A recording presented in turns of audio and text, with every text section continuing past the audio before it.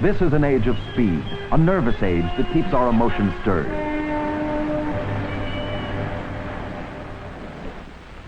All of us, young or old, schooled or illiterate, are endowed by nature with the ability to live a life filled with many kinds of emotions.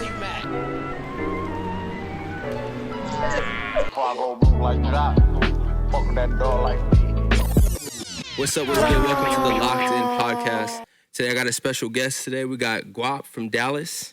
I really met bro from Memo in the back. We're at a art gallery down in Phoenix, and he was telling me about how he throws these events up in Dallas. And we have, if you guys remember, Turt, Destroy Denim. He was at one of the events as well. And I just thought we'd come in and chop it up and get some of your story. After just chopping it up with you right now, I feel like, I'm like, oh yeah, I fuck with bro. Like, you already kind of like got your shit already mapped out. And just kind of want to jump into a little bit of your story. You were telling me that you grew up in New York. Yeah. How was that growing up like that? Growing up in New York? It was cool. I grew up with I feel like I grew up with a lot of the culture. So like Supreme, like all the streetwear stuff, like I was pretty onto it. Just with my uncle, like he used to be into that stuff heavy, so like it became like the norm. You know what I'm saying? Right, at the crib. Yeah, so just seeing Bait, Supreme, listening to certain music, like we could go from Dipset to like Blink 182. So it was like I feel like I was pretty broad, like introduced to that stuff early. So it's like I'm not stuck on the one thing and grow up on one thing. So I was pretty like. Was your uncle a big influence? Like just seeing, or was that like, because you were also telling me like some of it was just kind of regular. Like you would just have these Supreme pieces, you not really even knowing what it is at the time. Yeah. But like besides that, he was an inspiration to you? Yeah, I feel like my uncle really introduced me and that's cool. My uncle really set the tone for like my interest. He really set the tone for me being in the clothes period. Okay. Like to be real, like at first it was just like a normal thing. You know what I'm saying? Because you see the stuff normally, you see Supreme normally, you're just like, all right, it's another T-shirt. But to some people, that's just like, that's a big thing. You know what I'm saying? Right. Especially now, you see that. But back then, it was just like, when you're used to it, it's just like a normal thing. So once I realized like it wasn't so normal for people to like have these certain things, that's when I was just like, maybe this is something that I should stick with and I should, you know. What age was that? Was that like before high school? Yeah, that was, I say around like, when I realized it was something different was probably around like 8th grade. Okay. That's when I feel like that's when everybody, like that's when we start kind of picking out our own clothes a little more. You can style yourself, like you get some money for the summer to go, you know, buy clothes for school. Yeah. That's when like you start really like developing. Yeah, because I feel like when I was in 8th grade, when I was in middle school period, that was the time when ASAP and Tyler was taking off. Oh, that was like when huge. So when they first came out, you know, Tyler had like the Supreme towel. ASAP had the Supreme towel. Tyler had like the Supreme BOGO camp hats. Box logos. Yeah. Hoodies, T-shirts. And at that moment, it was like, it was different. Because it's like, you know, usually you see pieces that people wear and you could just go to the store and get it. Right. But Supreme at that time wasn't so accessible. No, it was huge. It was like the biggest thing. I remember like it would just be seeing it all the time on the computer. It felt unaccessible, at least for someone like me. I didn't have like an uncle that just, you know what I'm saying, had the Supreme shit. We didn't have no storefronts like how it is like growing up in New York. Yeah, like for us, I would say like, especially being in New York, like you're used to it, but you go somewhere where you only see it online, like it's different. Because as in middle school, you're not thinking, I'm going to type in my credit card, I'm going to type in my debit card and buy this hat, I'm going to buy this shirt that this person wore. You know what I'm saying? Because back then, like you had, you know, baggy jeans, a fat-ass white T-shirt. That's easy to go get. But when you were transferring into like the more branded era, to where it's like they don't sell Supreme in the mall. It's like it was different. Right. You know what I'm saying? So it hit different. So I feel like that's the era when looking at brands and designers became more important. That's when you really started researching and started like cooking up for yourself. Cause you were telling me, I didn't even know that you design clothes as well, and like you were making your own stuff. Yeah. So that started in like, I want to say, so 8th grade, I started like researching more and trying to understand more. And like freshman year is when I decided like, I feel like I have a grasp on clothes itself, and I want to start designing for myself so I could fully understand what I'm doing or what I'm, what my interest is. What were some like the first designs? Cause it's kind of hard. Like I remember I was like into designing too at the time. So it's like you can screen print, like, but that's kind of regular. Or you can like, and that's even, it was kind of hard to even find screen printing like back then. Like it just wasn't like how it is today, you know? So what kind of stuff were you cooking up back then? For me, I was really into like Japanese brands. And I feel like with Japanese brands, it was more cut and sew. So for me, I decided that I wanted to learn how to sew. So I went straight off the bat with sewing. Like I honestly didn't start designing T-shirts until like way after the fact. But like for me, it was like, I feel like this is more important because I don't want my piece to be just a flat. You know what I'm saying? Like I want image. Yeah. Like, and it is no disrespect to anybody who does that, but I just feel like your clothes has more like meaning if you have like, you can look at it and be like, okay, this is, in order for it to fit like this, like he had to do this, and it's more intricate. You know what I'm saying? Like you have to look at it more, because I was researching, okay, what type of sewing is this? What kind of seam is this? What kind of, you know what I'm saying? But with printing, it's just like print, go. You know what I'm saying? very one-dimensional. Yeah, so I feel like with all my time with researching, I seen there was many different components to designing, and I was like, I need to learn what this is. I need to figure it out, because I feel like that's what real design is. Well, like, because obviously we'll get into the archive stuff, but it sounds like that was like a real pivotal time in your life when you were just really 8th grade, sitting down, researching. And the point that you were into the Japanese stuff is like, that takes like a lot, like how they do their garments. And that's like really, really deep.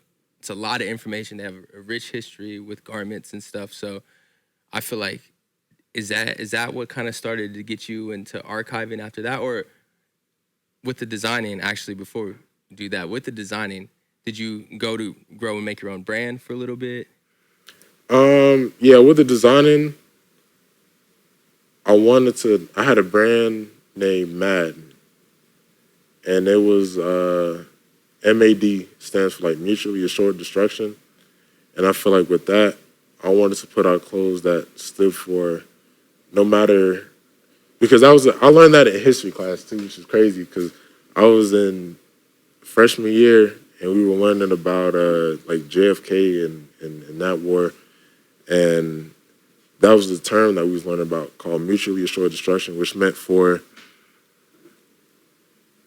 it stood for like nuke warfare, right? So if you drop a nuke on us, we're gonna drop a nuke on you, and either way, we're both screwed. So we're mutually assured the same destruction. You know what I'm saying? So I felt like I put my own twist onto that, to where it's like, no matter how you live, no matter what route you take in life, we're all assured the same thing. And it sounds dark at first, because we're all gonna pass and you move on. But I wanted to make something to where it's like, Maybe there's like different lifestyles out there. There's people who indulge in all the different sins. You know what I'm saying? So like for me, I had T-shirts that had designs of like strippers on it. I'm in freshman year, right? I've never been to a strip club. Yeah. But I had T-shirts that referred to strippers. I had T-shirts that referred to warfare, killing each other, and I feel like that showed like no matter what route you take, we all face the same kind of fate. Okay. So just live your life. So it was more of like a bringing like people together, like just live free. Everybody, we all face our own separate wars, but you know, we all got to like answer to one thing, kind of at the end of the day. Same thing, yeah. And then from there, so when did you start really? When the archive started like taking over, like when you were like, okay, like I'm gonna start like, flipping them or just being interested in general. I'm gonna be honest, when Grail first came out, and that was my freshman year because I remember at that time flipping clothes wasn't popular. Like I remember when people would sell clothes, it wasn't to like, this is my money maker. When people would sell clothes, they'd be like, I don't wear this. Somebody else would appreciate it, so I'm gonna just put it out for the same person I got it for. Right. I used to just see pieces, and I used to see it for sale, and I was like, damn, like $400, $500. Like, okay, people make money off this stuff, but they're not making it as like a, this is my way to live. They were making it as like a, this is a good garment that's valued at this much because of this. I need some pocket change right now. Yeah. Okay, I don't even wear it anymore. Yeah, and I used to be like, why is this worth $600? And I used to look it up. Why is this worth $1,000? Look it up. Understand more behind the piece. So I'd be like, okay, now I could differentiate archive from what's the norm. Denzel, can you move his mic a little bit just closer to him, like with the stand? You're good though. You can keep going. I'm just picking it all up. Oh, but I used to differentiate like what archive is from like the regular market. You know what I'm saying? So like you used to have your regular Jordans that come out and they'll always be based at this price, right? But then you'll have your piece from 2005 that's worth $1K. You'd be like, why the fuck is it worth $1K more? $1K. Like as a kid, you got $1,000, you're a millionaire. Bro, no, literally, I used to think like, bro, if I can get one pair of these Margiela shoes, I used to remember thinking like, bro, I'd be lit. I don't know, I would have all the hoes, nigga, it's good. Yeah. Like shit. That was your mindset. So I used to be like, why does this one item? So from then you started collecting then? Like, yeah, from then I was just like, you know what? And especially already being on like it was just the norm for me. I felt like, you know what? I'm going to just keep looking into these specific items, and I'm going to just invest in that rather than, hey, Mom, can I get the newest Jordans that dropped this Saturday? You know what I'm saying? So I used to be like, you know what?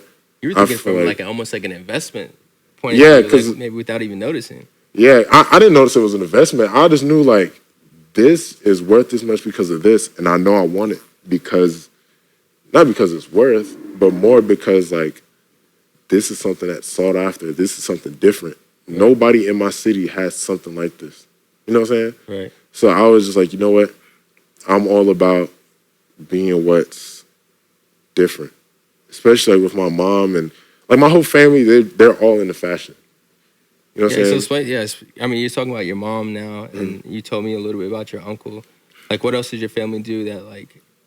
So like with my family, like my grandmother, she was really into like European brands, and I didn't learn that till after the fact, but I could tell that really bled through within the rest of my family. So like I didn't notice it at the time as a kid, because like when you're a kid, you're looking at what's hot. So A$AP Rocky was hot, was Supreme, Bape, all that stuff. But my mom, my parents, my grandmother, they were already on like European brands, and I wasn't on that like level high-end luxury, like Pradas and Prada, Louis Vuitton, all that stuff. So I wasn't on that level yet. So like, eventually I kept going until I caught on. Then it started making sense with like grandmas and mom dukes. Yeah, okay, this shit really just in me. Yeah. So I mean, okay, well then that brings us to like oil spill, because now you have your own. I would almost consider like maybe a community, or how would you describe it? Like, what is Oil Spill Gallery? Me personally, I would describe it as a Texas collective, because I feel like, because when you think about it, all the hot spots, for like rare, expensive clothes. You'll think to shop and spend a bag, I need to go to New York and LA, right? And I felt like there was a lot of potential in Texas. Because I seen a lot of people, and I felt like these people got some better stuff than, like, you traveling, you buying plane tickets to New York when there's people right here who got stuff that's better than all of these other spots that you could shop at. Right. So I felt like I want to put the low-key places on the map kind of deal.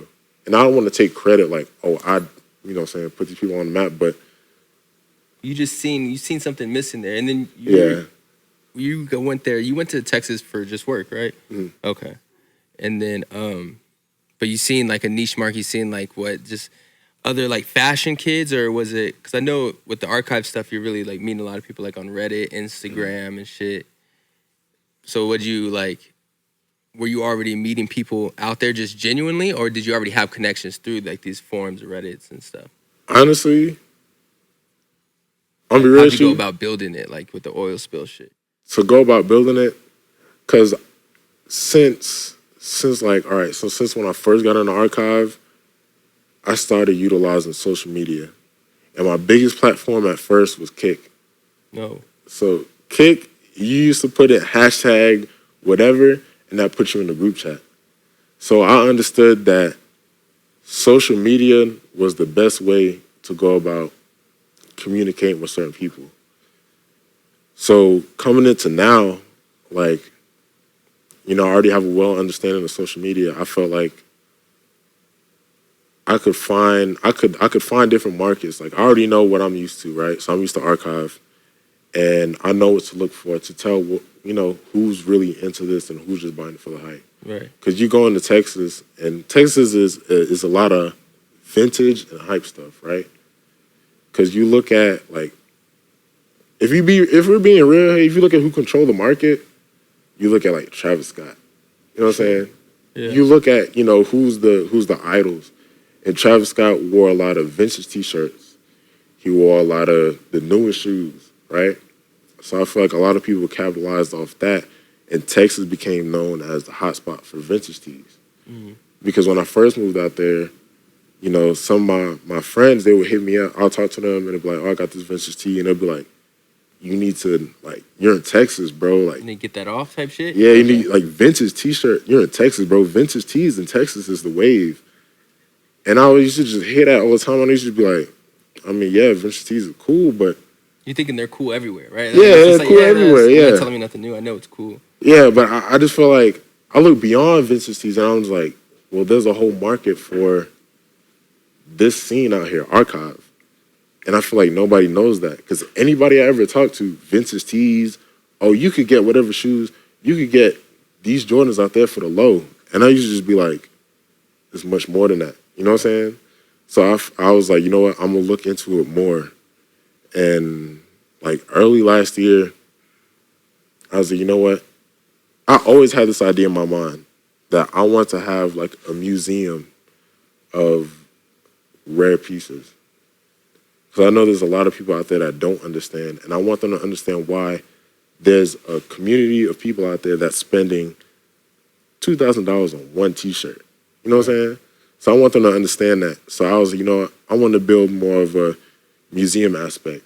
Because when you go to a museum, you look at art, and you're like, I could do this. Well, why is this $10,000? Right. But then you look into it more, you start researching, you're like, you know what? I'm looking at it in person, not just online. Because if you look at the Mona Lisa online, you're like, you don't give a damn. That ain't nothing crazy. But you look at it in person, it's a much different feel. For sure. So I thought about it like that, and I was like, you know what? I want to create a space where people could look at these things that they always see online and truly see why it's worth that.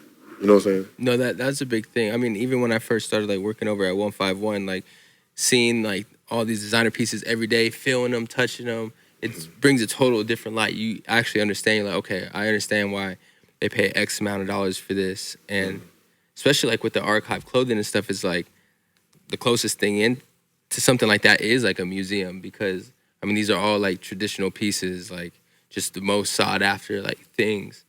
So that makes sense though, that you went and just created your own kind of, like you said, collective that can put on like these shows and stuff like that. But your first show was in Dallas, correct? Yeah. How'd that turn out? How was that?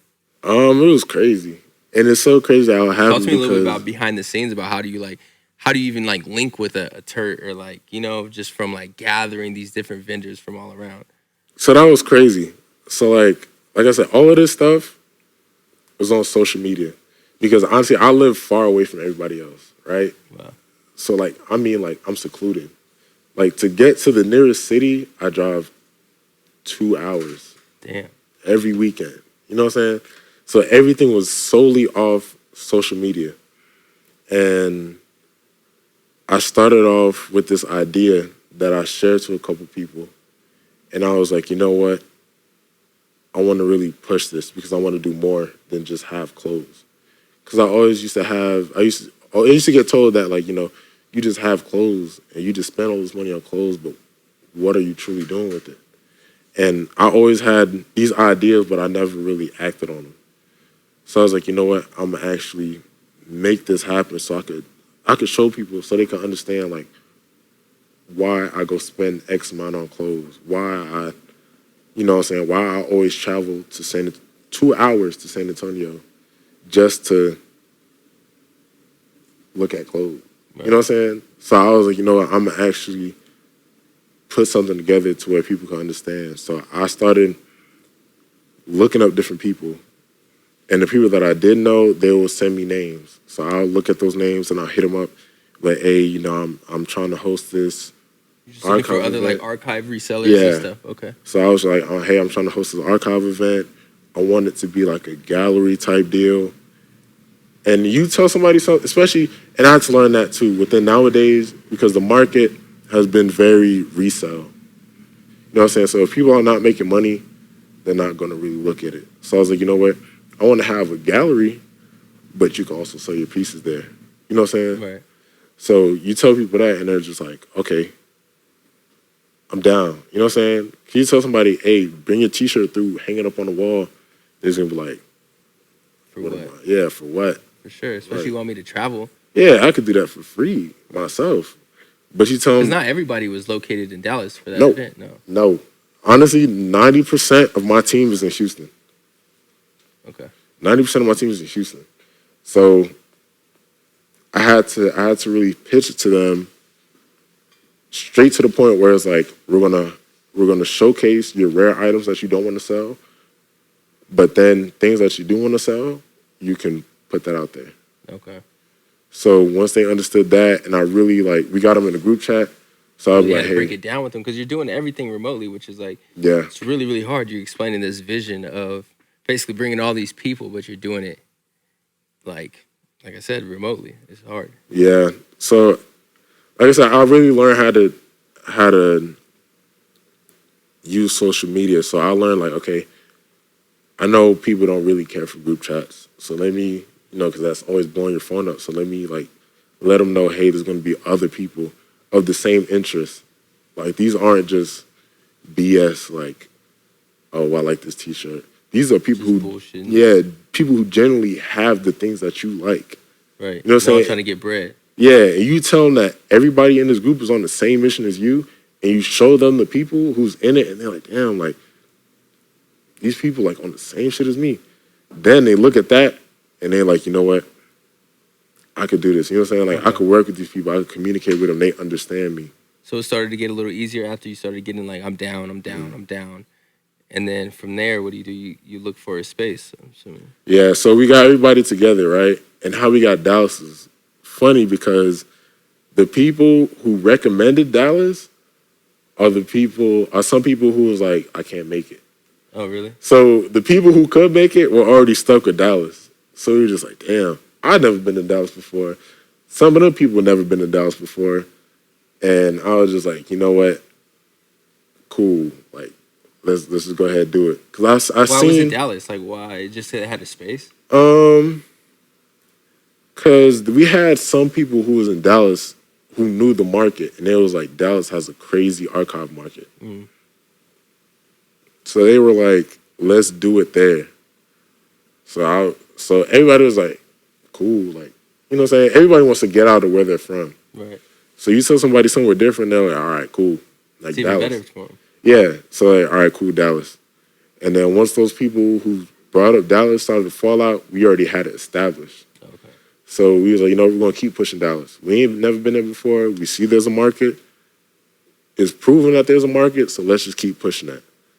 So we went to Dallas. Crazy turnout. Awesome. Crazy turnout. And that's when I realized, like, Were you nervous leading up to like your first event? Like, was you like, what the fuck? I don't even feel like pulling up type shit. Like, Bro. god damn. I over-prepped like crazy. Over-prepped like crazy. Because my thoughts were just going everywhere. Because I'm really, like, 10 steps. Like, before the problem happens, I gotta already think about it. Right. So I already had everything over-prepped like crazy. And the event went so smooth, like, no problems whatsoever. That's fire. So it went, like, we had a lot of cool people pull up. We had a lot of people travel. We had people fly in. We had Turk coming from Arizona, Memo come from Arizona. We had people coming from LA, people coming from Florida, just for a one-day event. And that's when I realized, like, that's when I really realized that this is something way bigger than just a pop-up. You know what I'm saying? Right. And that's when I was like, you know what? I feel like this is something that could be way bigger, and I need to keep pushing this. So what's some of the goals now? Like, I know you did another event, I believe in Houston, correct? Mm-hmm. And then I'm sure that was like another great turnout. Was that better than the Dallas? You feel like you upgraded from there? Or was it a little tricky? Upgrade, I feel like in certain aspects I upgraded. I still feel like Dallas was our staple event, but Houston, I feel like we had a lot more. So, like, we had homies, like, we had an after party, right? Like an after party, like a rave. And our homies, like, Angel Dior, Crash the Audi. We had performances from artists like 1500 Vino, like, all these different people, like, they pulled up and we had the full picture, like, of okay, we got clothes, but there's a nightlife scene to it too. Right. You know what I'm saying? Like, you go turn up and do whatever you want. You know what I'm saying? Because, Archive is a lot like I do whatever I want, wear whatever I want. Nobody can tell me anything. And you have an after party where you go to the after party, you be yourself. You know what I'm saying? Around a lot of other people who be themselves. And what's the biggest place to do that at is a rave. You know what I'm saying? Because raves, you go to a rave, everybody's... So y'all turned it out with the whole rave too? Yeah. And then, okay, so that provided like the ultimate vibe. So, all right, everything's here. Yeah. Okay. So we had our homies in charge of that, and they for sure put that on. Like, that was a crazy turnout. So, what do you see like next for like Oil Spill Gallery? Like, I know you guys launched the website and you can go there and buy archive clothing. And then as far as like events and stuff, do you just basically continue just to stay on top of it and kind of just knock out other like events in Texas, or you plan on spreading? Our main focus is to make we're doing like a Texas tour right now. Sick. Because we want to establish, if you want to see this, like, you got to come to Texas. Okay. So we're really trying to push that Texas shopping, like, whole idea. Because, I want you to, when you think I want to go somewhere to spend money on rare clothes, I want you to think New York, LA, Texas. Okay. And what's the main space to go to in Texas? Oil Spill. You know what I'm saying? Right. So I wanted to push this as more as like an agency kind of deal, because we have a lot of team members who are like talented. So we have like a member Jason, like graphic design, crazy on graphic design. A member Lou, he has his own brand, and his stuff is like outlandish, like not no normal. You know what I'm saying? Like, all the stuff is by hand and ideas that you've never seen before. So that's what you meant by your collective. Like, you guys have other people doing other creative outlets through the Oil Spill Gallery. Was I gonna say, how do you Okay, so like the archive community, can you talk to me like a little bit about that? Because we were talking earlier, and you're saying like, bro, like a lot of it is like scammers, like it's cool. Because I don't really know too much. Like I basically see, watch a lot of like YouTube videos of like just other kids talking for about like 30 minutes, just about like certain clothes, and like it gets boring to me sometimes. So like I just like log out. But I know there's just like a strong community and shit like that. So is everybody kind of tied in, like low key? It's crazy because when you really talk to these like tapped in archive people, they all know each other. Yeah. It's so crazy because everybody knows each other. And it's like a lot of them get it in however they can, which is nothing wrong with that. I mean, you know what I'm saying? You do you, but Right. a lot of them, like, social media. Like, it goes back to what I was saying about social media. A lot of these kids know how to manipulate social media. Right. So they know how to maneuver and who to contact and who to tap in with. And the best way to really take over social media is having something different.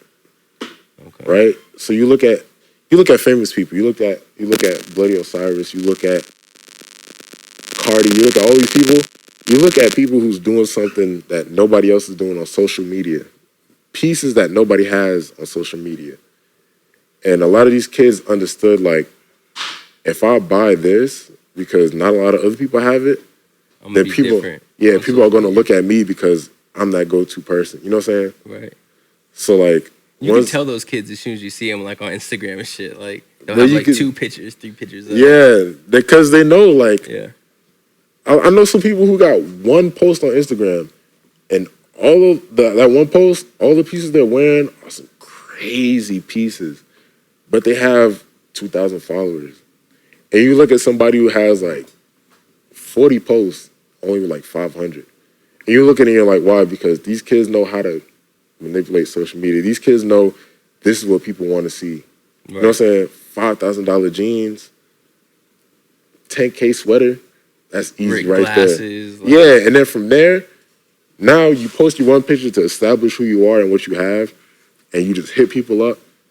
And people are not going to respond unless they be like, who is this guy? They click, see who this guy is, see who he got on. Oh, I know he knows what he has. He knows what he's doing. Right. And from there, there's like, all right, I can associate with this kid. And so that's how it goes. I was going to say, yeah, correct me if I'm wrong, it almost feels like when you're in that scene, like, if you see somebody else and they kind of have like some other archive stuff on, it's almost like an instant like you look at them like, oh, like we can maybe be friends kind of thing. Like, yeah, that's how it is with anything. Like you look at people, like I'm not really big into sports, but you can tell like people who play basketball, like if bro is nice over here and bro over there is nice. But the archive shit takes so much research though that it's like it's almost not even just like as plain as that. But that's another part too, because you have people who could buy it, who can afford it and put it on, and then you got the people who understand and can buy it and put it on. So I feel like that's where the disconnect is. That's where like when people just buying it for the hype type shit. Yeah, that's where people who really know what's up. Yeah, and that's when the elitists come in, the fashion elitists. Yeah, you know what I'm saying? Because it's like you don't understand what this means, but you got it. But I'm better than you because I understand it. You know what I'm saying? That shit gets so weird to me, bro. I'm so it gets weird. I'm like, bro, it gets get weird. out of here. But you know what? You have to understand at a certain point, like that's what anything. Right. You know what I'm saying? That's what anything like. But this, like, it is like because you'll meet like a nigga who like really into music and like they kind of feel like they're better because they know like other artists and like. Mm-hmm. But I don't know. There's something when it comes in clothes, bro. They like niggas really be feeling like, bro. I feel like it's because they really spent like hours like trying like really figuring this shit out, so they kind of feel like little entitled, like yo, like nigga, you don't even know, bro. And I get that because, of course, if you put more time and effort into something, you're going to feel like you're ahead of your peers compared to like, yeah, you're on the same thing, but do you understand it? You know what I'm saying? Right. So that's where I understand where the elitists come in, But at the same time, it creates a toxic community to when it's like, I'm not going to associate with you because you don't know. But it's like, damn, like, you can't just love clothes too? You know what I'm saying? So it's just like, there comes that big divide. And that's also why I made Oil Spill, because I wanted people, because I really noticed, that's one big thing that I noticed, right? I noticed a lot of people would be like, I don't fuck with that person because of this. I don't fuck with that person because of that. And I'm just like, have you ever met him? You ever talked to him? No, I just don't like him because of this. But then when we had the event, I seen those two same people who didn't like each other talking to each other cool. Now they talking, now they, you know what I'm saying, they cool. And I'm just like, Nigga probably low-key geeked about it. Like, yeah. And I'm just like, you know what I'm saying? Like, I also wanted this to be a museum, but I wanted it to be a place where you can bring the culture together. Yeah. It's like a conglomerate, like, we can all meet here, and this is like a safe space for everybody to feel comfortable. Because you said, like, everybody's, like, feeling, like, living free, like they're doing their own thing. So that's, like, a space that people would be looking for, really. Something like that. And that's why that's why I wanted also to really push the museum aspect. Because you got people who, you go to a museum, right? You don't understand every single technique. You don't understand every single artist, the way they paint. You don't understand everything. But you could look at it and appreciate it. So I wanted to also make it free and make the museum aspect free to people who may not understand, to look at it and be like, you know what? I could, you know what I'm saying? I could get something from this. Even though I may not be able to afford it, maybe, you know, I may not understand it completely, but I could look and I could see, like, okay, like, you know what I'm saying? I'm in anything for a young kid. Like, exactly. You don't know what that's going to do to somebody. Exactly. And then you're in the same room as all of these other people, and nobody's looking at you like, oh, this person got on this. Like, you could come up to somebody and talk to them, and they'd be like, okay, like this, that, this. You know what I'm saying? So that's it. That's why I wanted to keep pushing it as a free event. That's why I wanted to keep pushing it as museum. A museum. Real a museum with you can shop what you see. You shop at all museums too, so exactly. There ain't nothing wrong with that.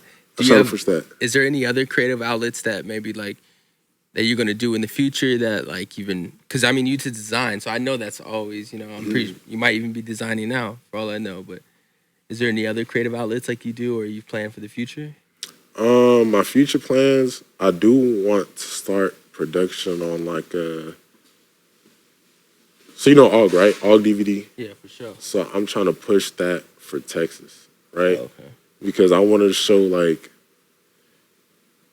there's young niggas out here who get just as lit, do just as much as these celebrities. And I want to show other people that you don't have to be a celebrity to be lit.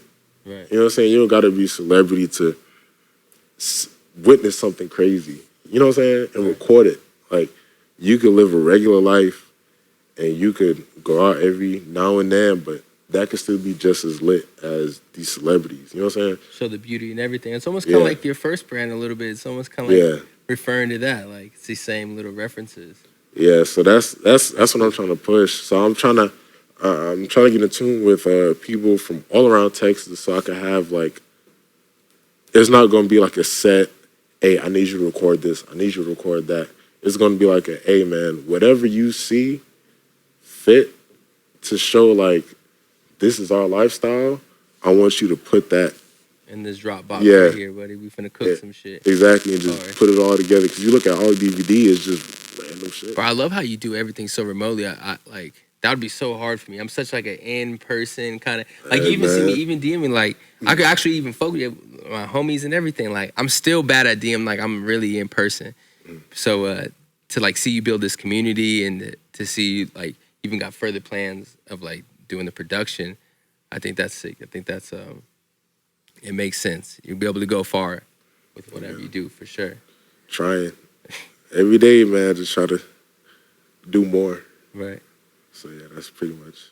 Shit, bro, I appreciate you coming chopping it up with me, bro, running the interview. Man. That's love. Definitely got to tap into Dallas. Sure, man. You been liking Arizona out here so far? It's cool. Yeah. I like it. You finessed the section?